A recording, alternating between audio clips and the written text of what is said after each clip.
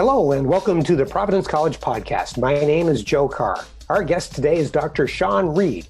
Since July of this year, Providence College's Senior Vice President for Academic Affairs and Provost.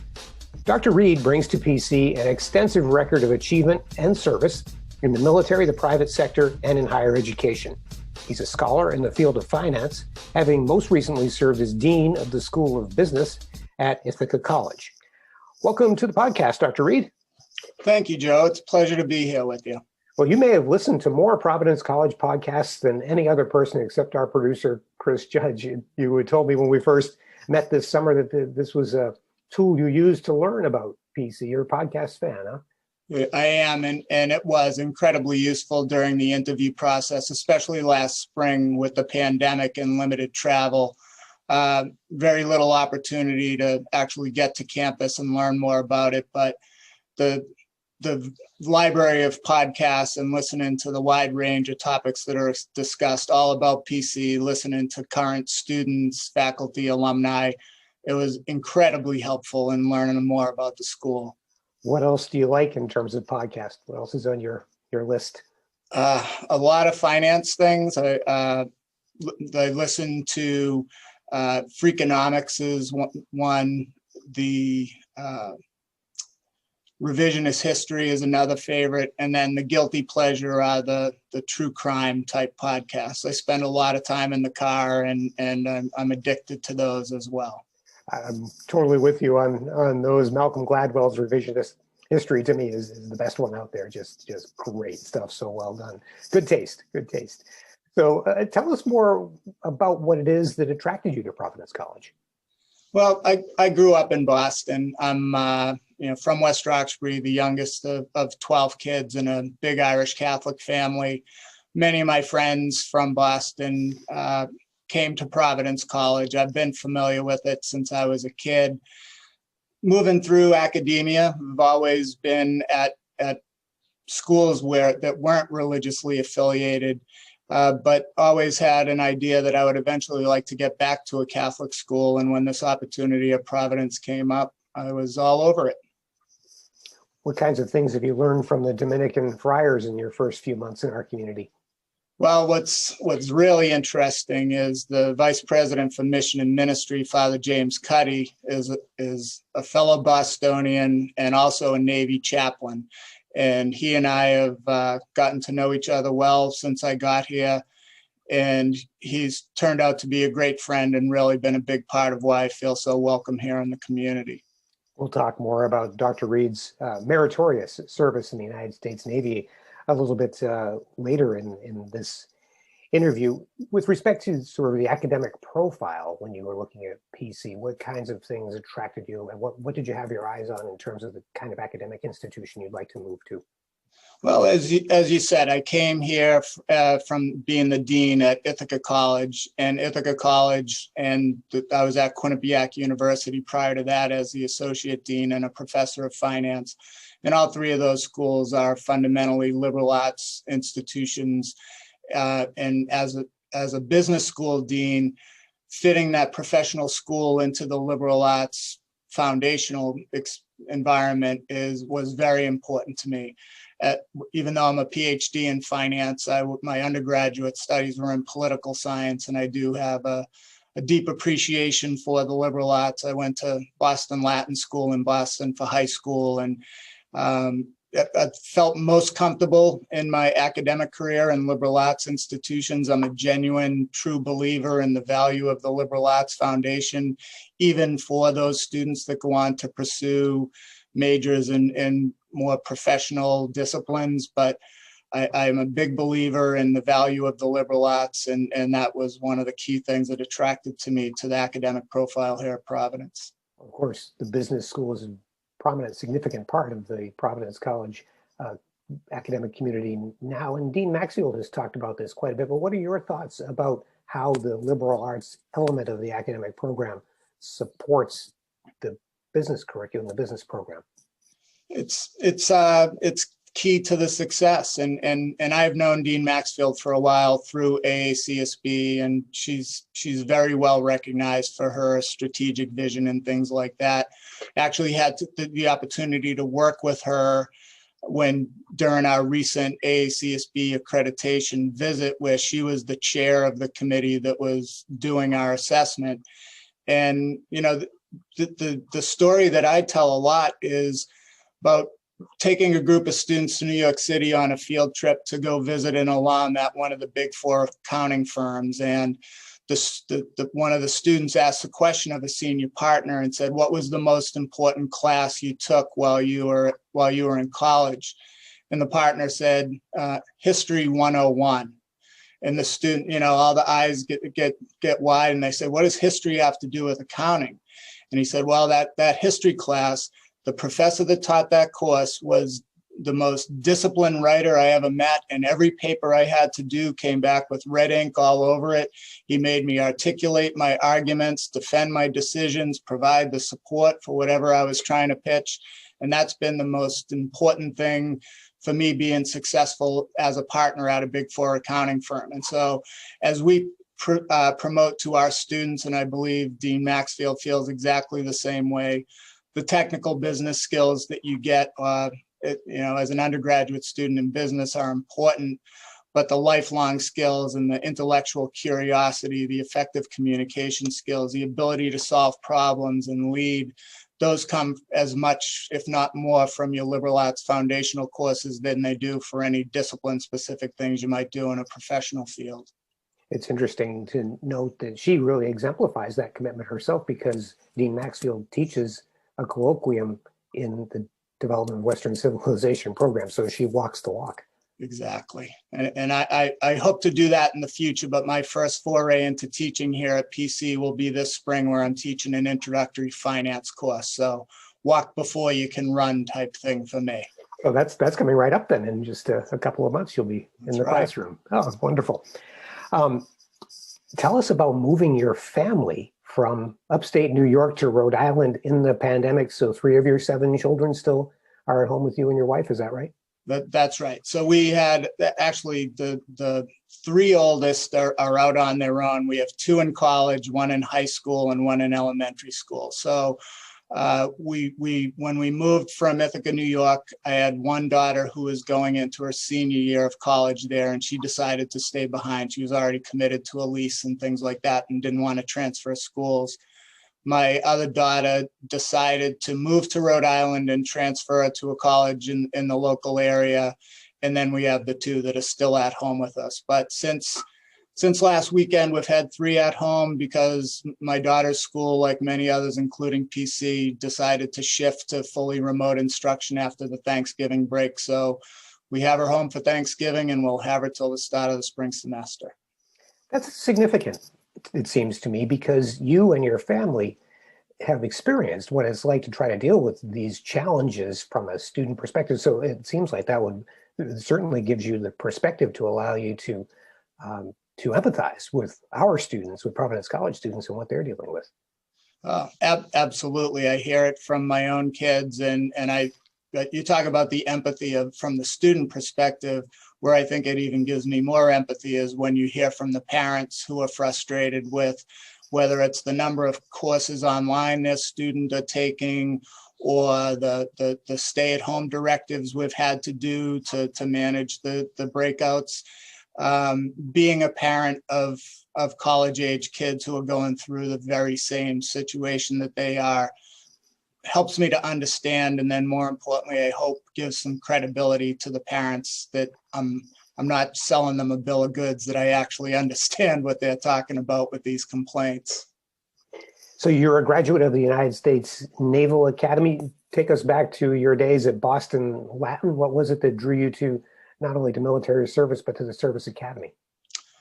Well, as I said, I grew up in the youngest of 12 kids in a very military family. I'm one of 7 boys. My dad had served in the Navy during World War II, and the military is very much the family business for the Reids in the family. When I was in high school at Boston Latin, I always knew that I wanted to go in the military. Thought very much that I would follow in my brother's footsteps and enlist. I have brothers that have served in the Marines, the Navy, and the Army. One of my guidance counselors actually at Boston Latin explained to me that you could go to college and go in the military at the same time and talk to me about the service academies. I became dead set pretty early on that I wanted to go to Annapolis, and that's how it ended up. I worked hard to get there, worked hard while I was there, and it launched me into a great career that's an important part of my life. Always interesting to hear stories of the greatest generation. Can you tell us a bit more about your dad and his experience in World War II and his life after that service? Sure. He was a great guy. Unfortunately, both he and my mom have passed away. But immigrant family from Ireland in Boston.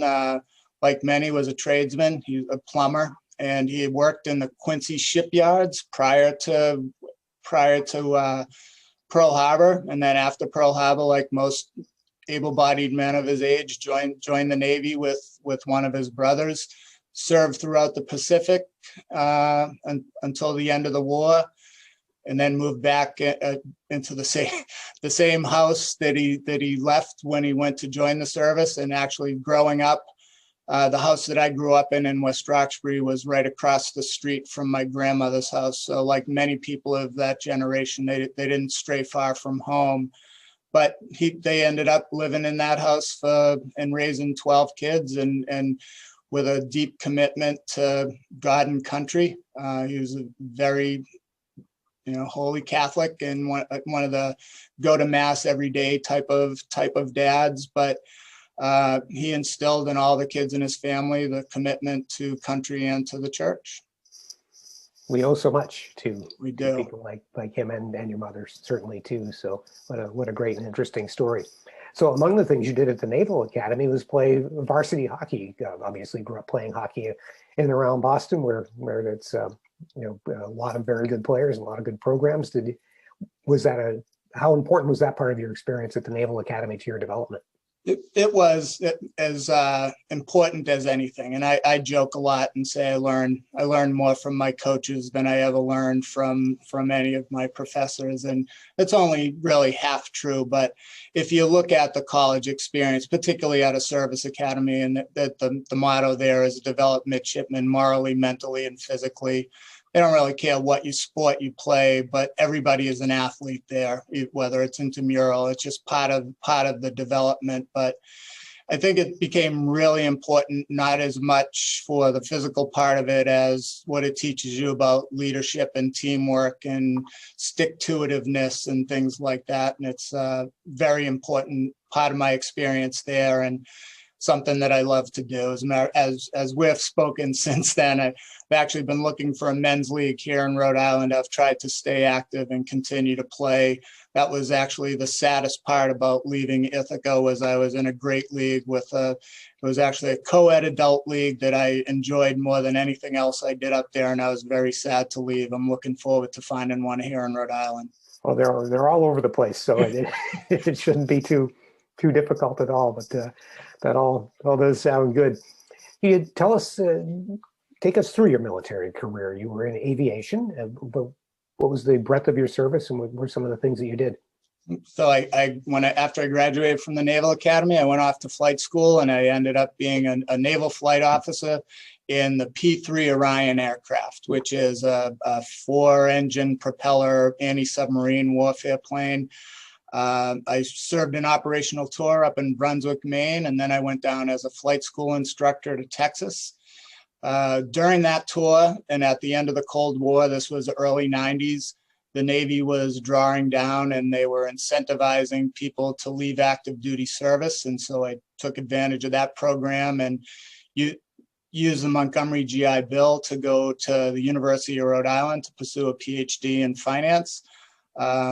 At the time, I had 3 young kids, and being a full-time student with 3 kids is not very sustainable. So I did love flying and continued to serve in the reserves. I served in a P-3 squadron at NAS South Weymouth throughout my time as a PhD student. And then I continued, and I ended up staying in aviation for the first 18 years of my career.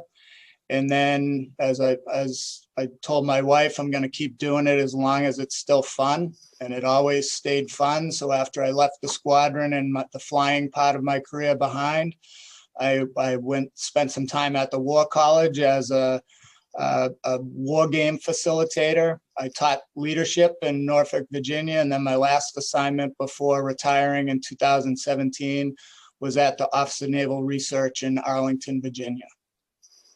Served in Operation Desert Shield and Operation Desert Storm, and with merit, you received a number of awards for your service, and we all appreciate that for sure. And do you still fly?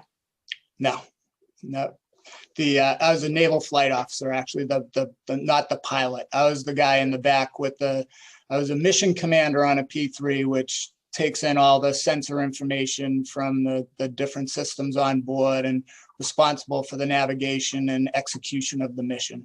Not much of a market for that in the civilian world. Fortunately, that's a good thing, I think. What are some of the leadership lessons that you took from those years in the Navy? It's very interesting because people are always intrigued what being in the Navy has to do with finance and how those two things come together. But it really is all related to leadership. And even in the Navy as a leadership instructor, I go back to my dad, and I use this example all the time. Is on the day I graduated from the Naval Academy, he pulled me aside to tell me his secret to leadership. And of course, that's the last thing you want to hear from the old World War II veteran. I'm on my way to flight school. I don't need to know anything about leadership. And he says, kid, take care of your crew and everything else will take care of itself. And you don't appreciate that when you first hear it. But as I made my way through my career and as I became a professor and have advanced in my civilian career, there's nothing more true that if you take care of the people that you're working with and that are counting on you, they work hard for you, and good things happen when that's the environment. And to think that was such innocent advice that I didn't appreciate when I first got it to something that I think about every day now is remarkable. And again, it goes back to your earlier comment about the greatest generation. He wasn't a man of many words, but the ones that he spoke were very impactful. So when you arrived in July, PC was in the midst of dealing with the pandemic. A lot of work had already been done, but the fall semester was fast approaching. What were your observations of what you saw when you got here in terms of readiness and the preparation and the likely challenges that the college would face? I think PC, like every college, was in uncharted territory. What I would say is we were going through very similar challenges at the school that I left. One of the main differences that I would say is the structure of the continuity task force that they've had here at PC is remarkable. And the organization and the buy-in and the inclusion of faculty, staff, and students on all of these different important decision-making bodies, it really makes everyone on the campus feel like they understand what's going on and they're part of the decision-making process. And when people feel like they have a say in the decision, they're much more likely to go along when they have to make the tough choices. And there have been many tough choices that had to be made. And I think the structure of the continuity task force is a big part of that. Obviously a major challenge, but it seems to me that in many ways, especially for the faculty, can you tell us more about what it takes to adjust like this from a professor's perspective? It's incredibly difficult, and it's one of the things. And again, I mentioned about the parents and expressing concern. And there's this notion that when you switch to online teaching, that's you're doing the easy way out. And what I say all the time is the people that say that online teaching is easy are the people that have never taught online before.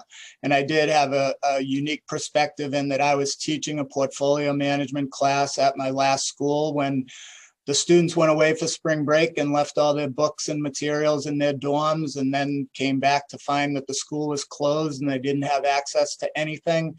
how do you switch over the course of a couple days to transitioning to fully online when half your class doesn't have the materials to do it.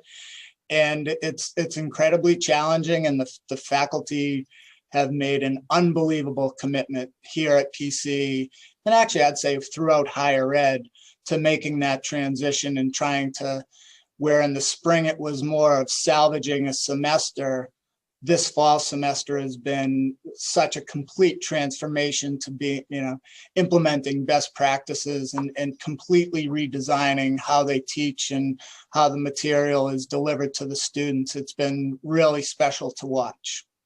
Some heroic work for sure. And your portfolio includes more than the faculty. It also includes academic support personnel and an awful lot of work there too, and IT and all through the college. What a major undertaking. And again, going back to the structure of the continuity task force, where you have the representation of faculty, but then the academic support staff and the students, that you get all of those perspectives and really helps make really good decisions. A great many members of our community are working to address concerns related to racism. This has included a series of virtual meetings hosted by Father Sicard, and you've been a participant in those. And some of this discussion has centered around the curriculum. What are your thoughts about reform in the context of the college's strategic goals related to diversity, equity, and inclusion? That is a great question. And like COVID, it's one of the main challenges that I've faced since I got here. And, diversity, equity, and inclusion is important at every college. And Providence is no different in it. And there have been issues that pre-existed in my getting here that have been front and center since I got here. But as you said, a lot of the root causes about the issues related to diversity, equity, and inclusion do go back to the curriculum. When we think about diversity in higher ed, the many people just look at it as the sheer numbers of diverse students and recruiting more diverse students to come to a particular school. But really it doesn't make any sense to get more diverse students to come to an institution if when they get here, they don't feel welcome and part of the community at the institution.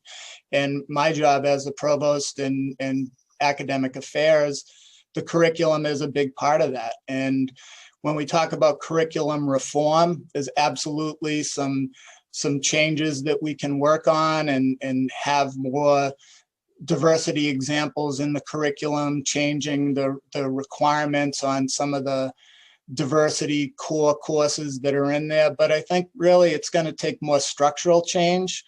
And, one of the things that comes up, which is near and dear to many of the alumni that might be listening to this, is the DWC, the Development of Western Civilization program. And that's one where our students of color and students from some of our other marginalized groups on campus really look at that DWC program as, as they say, the victory lap for Western civilization, and very Eurocentric and very white-centric and very Catholic-centric, and think that it should be more world-focused. And there are some arguments to that, but there are also some arguments to the fact that Providence College is a Catholic school in the Dominican tradition, and the core foundational elements of the signature program are going to be focused on the Catholic Church and Western civilization. There's absolutely room for more diversification within that curriculum, I think, where we can consider more works outside of the Western tradition. But the idea that we're going to abandon the notion of, considering the history of our own tradition of our church and the Dominicans here is not realistic. But we do have some work to do in terms of increasing the number of great works from outside of the Western tradition that we consider, looking more at comparative religions and things like that. But that is an ongoing project. And what I'll say is the director of the DWC program, Alex Moffett, has done a great job at creating awareness about the shortcomings in that curriculum. He's working with Jackie Peterson's Office of Diversity, Equity, and Inclusion for a full curriculum review and trying to figure out ways where he can address some of the legitimate concerns that the students of color on campus and their allies have about that program, at the same time preserving the really important elements of the signature program at Providence College. These are big, important questions. And as we've talked through things today, every time we come to something big, you end up referencing the faculty. And that's such an important point that we're so fortunate to have this faculty leadership and everything that comes with having such an engaged faculty to help sort through these things. And it is for across the entire spectrum. And I've made this observation and mentioned it in many different forums, but there are plenty of faculty that have wide diversity of views on things across every part of the spectrum, politically, historically, philosophically. But the one common denominator that they all have is unbelievable commitment to the school and genuine love of the community.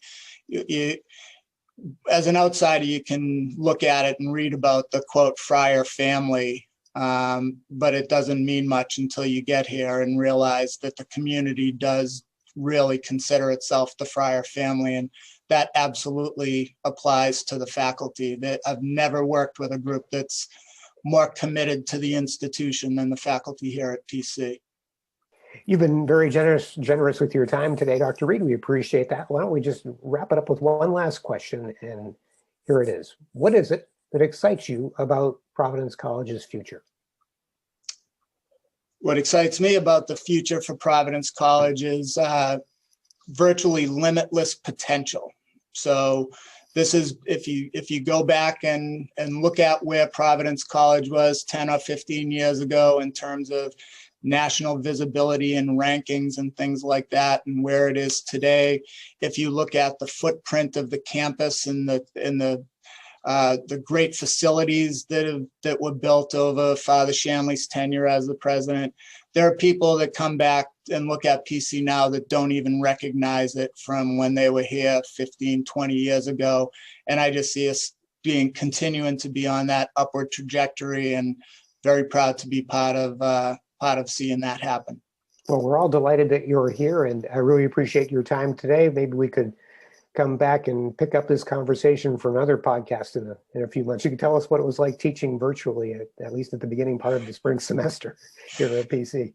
Sounds good, Joe. And I will say one more thing. Thank you for your service on the Continuity Task Force. I know that you've helped me with my periodic Provost updates, but the messages that come out from the Continuity Task Force to all the different constituents on campus, people are nervous. They don't, and when they don't know what's going on, they assume worst case scenario, and your messages to the community have an incredibly soothing character to them. And I think everybody on campus really appreciates and is indebted to you.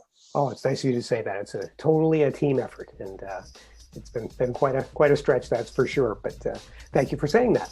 And thank you again for your time. We'll talk to you again soon. And thank you for joining us today. You can subscribe to the Providence College podcast at all the usual places, and they're available on the college's YouTube channel.